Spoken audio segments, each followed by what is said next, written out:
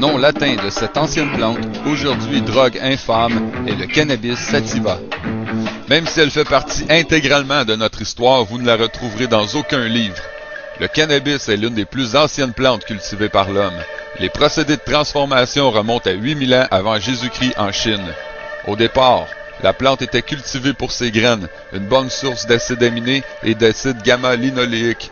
Ce sont les Chinois qui ont découvert qu'en brisant les troncs, ça produisait de la fibre et qui pouvaient faire du papier, des filets à pêche et jusqu'à 5000 produits différents, incluant le textile. Les Chinois ont gardé secret la fabrication du papier pendant environ 5 siècles. Cannabis, le mot canna vient du babylonien qui veut dire canne et bis veut dire deux en référence au sexe. Étrangement, dans une toute autre culture, en Chine, la plante s'appelle ma, mais veut dire exactement la même chose, la plante aux deux sexes. La plante mâle est reconnue pour sa fibre riche, solide et durable, et que la femelle est reconnue pour le tétrahydrocannabinol, ingrédient actif de ce qui est maintenant reconnu comme une drogue. C'est une plante aux deux sexes, avec chacun leur attribut, c'est quelque chose de complètement fondamental. Le cannabis est utilisé médicalement depuis 2800 avant Jésus-Christ. Employé par l'empereur Chang-Nun, il faisait des bandages avec des feuilles de cannabis pour guérir les blessures de combat sur les champs de bataille. Le cannabis est-il dangereux pour le corps ou l'esprit de l'homme? Son niveau de dangerosité se situe entre le thé et le café. Jamais dans l'histoire médicale une mort a été rapportée due au cannabis. Le cannabis n'est pas une menace pour la population. Elle est beaucoup plus dangereuse pour les compagnies de pétrole, d'alcool, de cigarettes et de produits chimiques. Sans oublier les papeteries. Beaucoup de grosses entreprises avec beaucoup d'argent et d'influence se sont arrangées pour cacher la vérité au monde. La vérité est que si le cannabis était utilisé au maximum de son potentiel commercial, ce serait industriellement une bombe atomique.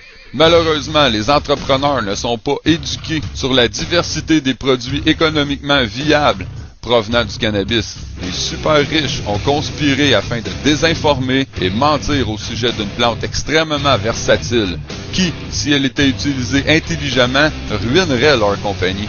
Savez-vous d'où provient le nom marijuana?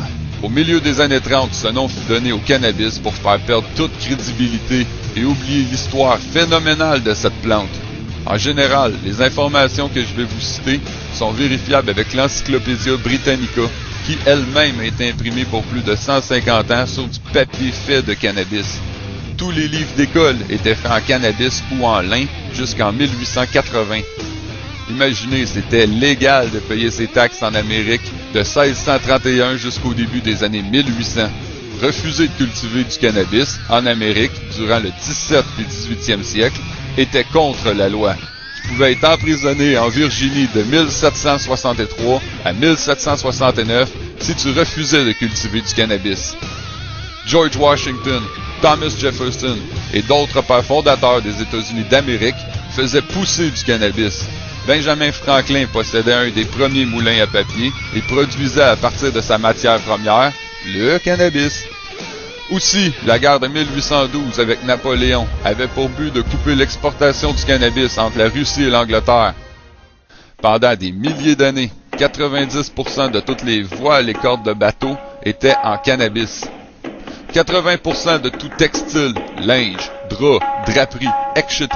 était fait en cannabis jusqu'en 1820 à l'introduction du genièvre à coton. Les premières Bibles, cartes, chartes, le premier drapeau américain ainsi que la Déclaration d'indépendance et la Constitution étaient faits de cannabis. La culture la plus prolifique dans plusieurs États était le cannabis. En 1850, c'était une année record pour l'État du Kentucky avec 40 000 tonnes de cannabis. Le cannabis était la culture la plus profitable jusqu'au début du 20e siècle. Les plus vieux écrits au sujet de la culture du cannabis datent environ de 5000 ans en Chine, mais l'industrialisation du cannabis nous provient probablement de l'ancienne Égypte. Rembrandt, Gainsborough, Van Gogh et beaucoup d'autres ont principalement peint avec des huiles faites de cannabis sur des toiles faites du même matériel. En 1916, le gouvernement américain prédisait que vers 1940, tout le papier proviendrait du cannabis. Comme ça, plus besoin de couper d'arbres pour les papeteries. Des études gouvernementales démontraient que 1 acre de cannabis égalait 4,1 acres d'arbres. Les gouvernements